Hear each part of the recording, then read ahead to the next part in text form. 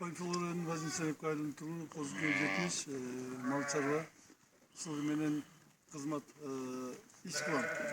Кыргыз элин бүгүнкү келе жаткан, эртеңки келе жаткан жаңы жылыңыздар менен куттуктайм. Ишиңиздеги де ийгилик, үй бүлөдө бакубатчылык, кыргыз элибиздин өнүгүү өсүшүнө эли журтубуз менен өбөлгө болойлук.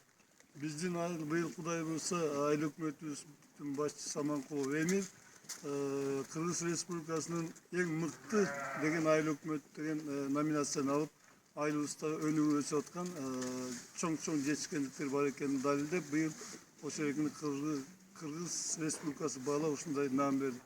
Баарыңыздар келе жаткан жаңы жылыңыздар менен куттуктайм. Аман эсен болуңуздар, ден соолуктуу болуңуздар, үй бүлөдө бакубатчылык, токчулук, молчулук болсун. Рахмат. Я Радомская Нина Сергеевна, мне 75 лет. В Московском районе я живу много-много лет, именно в селе Беловодском. Село мне нравится, люди очень хорошие. Благодаря заботам Аилок-Мату, Беловодского Аилок-Мату, у нас заасфальтировали улицу, провели освещение. Хорошо, что у них нашлись деньги.